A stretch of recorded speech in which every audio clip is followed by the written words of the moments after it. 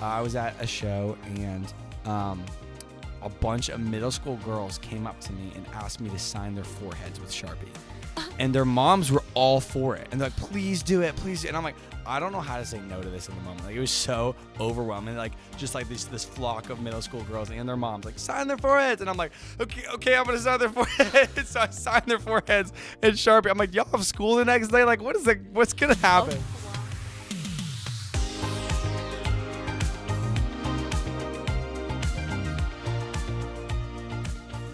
Seph Schleter, thank you so much for joining me here at the Joy FM. Pumped to be here. Thanks for having me. Now, we have fully enjoyed Counting My Blessings. It's one of those earworms that just gets stuck in your brain. I mean, I find myself waking up singing. That's so funny.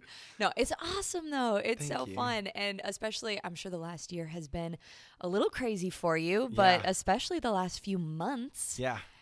So I heard just an incredible story about your recent time in Brazil. Yes. Okay, let me give just a little backstory. Yeah. So my husband and I, before we settled down in Florida, we were backpacking through Central and South America. Oh, and so Brazil is one of our favorite countries. I love that. Absolutely love it. Yeah. And so, yeah, I have a very special place in my heart for people in Brazil. And so you actually got to go out on stage with the Brazilian artist Isadora Pompeo. Yes. Talk to me about that experience, because I know Yeah. Brazilians are passionate people. They're very much so. So, I mean, my song Counting My Blessings went viral in Brazil. It like just blew up there, was topping all their viral charts, which was crazy. So they had their artist do it, Isadora Pompeo. She did a version of it, which then went even bigger. So it was this wild thing that just happened. Just the Lord did things and it happened. It was so cool. And so she was doing a live recording of a new album, her first album. I like signed as a Sony artist, so she was doing it, and they asked if I could come be the special surprise guest and sing on the version of Counting My Blessings that she was doing. So we're like, sure, let's do it, but it was going to be a surprise, so nobody there could know about it. So it was like this crazy thing where people have been begging me to come to Brazil for months now, and I couldn't tell them I was coming. And so I show up, and basically they had to hide me because I couldn't be seen in Brazil really, because I'm that, people know me. It was crazy. The one time we went out to go get lunch somewhere, people were within minutes realized who I was and started taking pictures of me. So all right, we need to move in. It was so bizarre. And so that was just crazy. And so then, the performance is happening, and it was supposed to start at 7 and didn't end up starting until 8:30. I guess it's wow. I feel in other countries, the time is just I'm not terribly surprised. Timing is just very different. So it doesn't start till 8:30. Initially, I was supposed to come on at one point. I basically didn't even end up coming on until I feel 10:30. It was so much later than I expected. I was all warmed up and ready to go out 7, and it's just 3 hours later, So it was cool. And then she did the whole song in Portuguese, and then was basically oh guys, we something's got messed up. We have to do the song over again. And they all freak out because they love that song. They're yeah.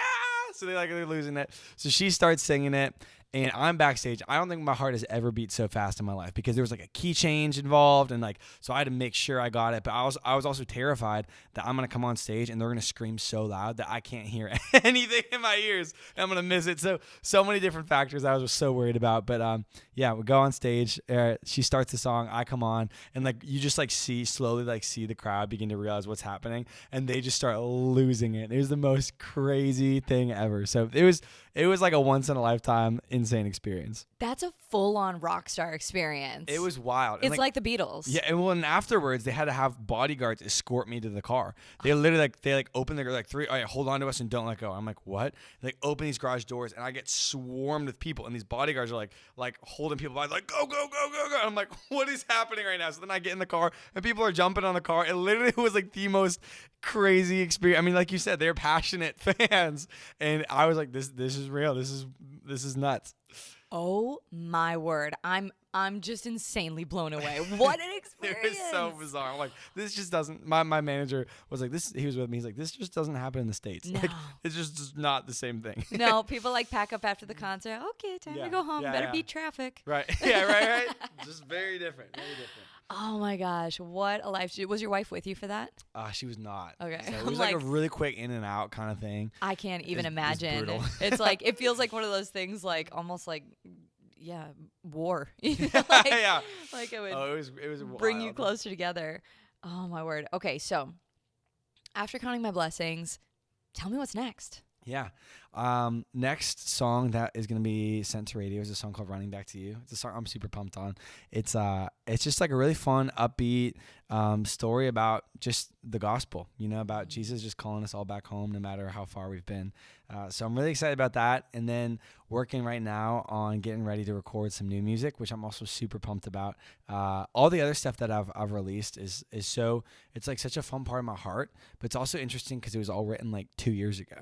You know, and then it's just like only kind of recently come out. So it's fun to have stuff that like is newer and like more where I'm at in the season, and just to be able to like release that, and super pumped for what that's gonna look like. So recording that, and then some fun fall things as well. So Oh man, that's so cool. So as you're getting into like a writing headspace, yeah. where do you pull from? I mean, your own life. Do you ever kind of like put yourself in somebody else's shoes? I remember somebody saying that the best thing that you can do for your writing process is to join a small group and just like see the world through other people's eyes. So I'm curious, what's your technique? Yeah, I feel like it's even fun just to see how I've grown as a writer in the years that I've been doing it. Because I feel like initially, when I first started, it was a lot more of like find a cool idea and kind of write the cool idea, and then find a way to tie it into your heart. You know, it's like, all right, cool idea, and it's like, oh, here's how it applies to me. And now I feel like it's kind of reversed a little bit, in the sense of I feel like I've grown in being able to be like, what is my heart really saying? Like, what do I need to hear, or what's been happening in my life, or in a conversation with somebody? Like, what's a theme that I'm sensing like that's happening here? And it's like, so it's like writing more from the heart then, and then like writing from that place, and then like tying a cool idea or melody or whatever into it, but more starting with the heart kind of thing. So I feel like that's been a cool journey that I've been walking through as a songwriter, is like really learning to actually like write from the heart and like write what's real and meaningful to me. Oh, that's so true. And we hear it, you know, as we're listening to songs, we know those songs that strike a chord because it's like, ooh, that's genuine. That's coming from somewhere deep. That's so cool. Yeah, it's been fun to write, and I love writing. It's something that I've always really loved to do, and it's like something I challenge myself to do. I try to do it like daily, even if it's just like a little bit. So it's cool just to learn how to connect with yourself, and just like asking, like doing it with the Lord. Like it's writing with the Lord. It's like, all right, God, you know, what like, would you reveal my heart to me, Lord? Would you reveal what you want to say through me? Would you reveal like what my audience needs to hear? You know, that type of thing, which is just really, really cool. Don't we feel kind of lucky that we can just say it's like a cheat code. It's like we got Holy Spirit in us. It's like the ultimate cheat code. Holy and it's like Spirit cheat it's like, code. all right, you know, so we got Holy Spirit, and it's a cheat code. That's amazing. All right, Seph, I want to move on to the next segment here that Okay. we call the Disco Ball of Fun. Let's go. Disco Ball of Fun. It looks very fun. I mean, it's a disco ball. You Of course can't it is. go wrong with a disco ball. So with the Disco Ball of Fun, go ahead, grab a question, read it. If an answer comes to you, I'd love to hear it. If not, toss it back in, grab another one. Okay. And it's fun, but also there might be some curveballs in there. So, Oh boy. Okay. I know. Here we go. All right, first question. What's the craziest request a fan has made? Okay. Literally, I'm so glad you got this question, especially with your passionate following. Oh yeah. I gotta know. Oh man. Okay. The first thing that came to mind immediately, just because I got so much crap for it, was I was at a show, and a bunch of middle school girls came up to me and asked me to sign their foreheads with Sharpie. And their moms were all for it. And they're like, please do it, please do it. And I'm like, I don't know how to say no to this in the moment. Like, it was so overwhelming. Like, just like this flock of middle school girls and their moms, like, sign their foreheads. And I'm like, okay, I'm going to sign their foreheads. So I signed their foreheads in Sharpie. I'm like, y'all have school the next day? Like, what's going to happen? A flock of middle school girls. Yeah. That is what they're called. Yeah, that is the scientific term for And trust me, the peer pressure that comes with a flock of middle school girls, I have been there. Oh, it's out of this world. I don't envy anyone who's in school with middle school girls right now. So, that is probably the weirdest request That's that a was little odd. made. Yeah. That's a little odd. All right, let's go with another one. All right, here we go.